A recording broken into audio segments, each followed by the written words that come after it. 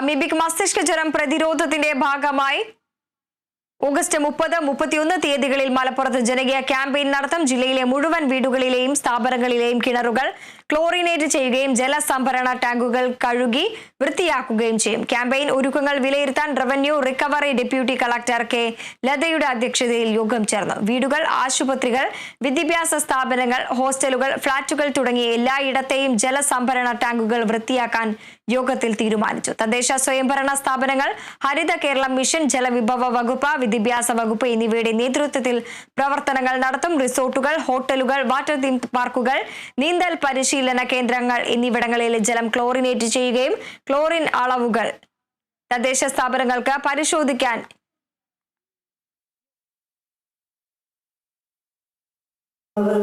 ഓരോ ടാങ്കിൽ വരെ അവയുടെ സാന്നിധ്യം കിട്ടിയെന്ന് പറയുമ്പോൾ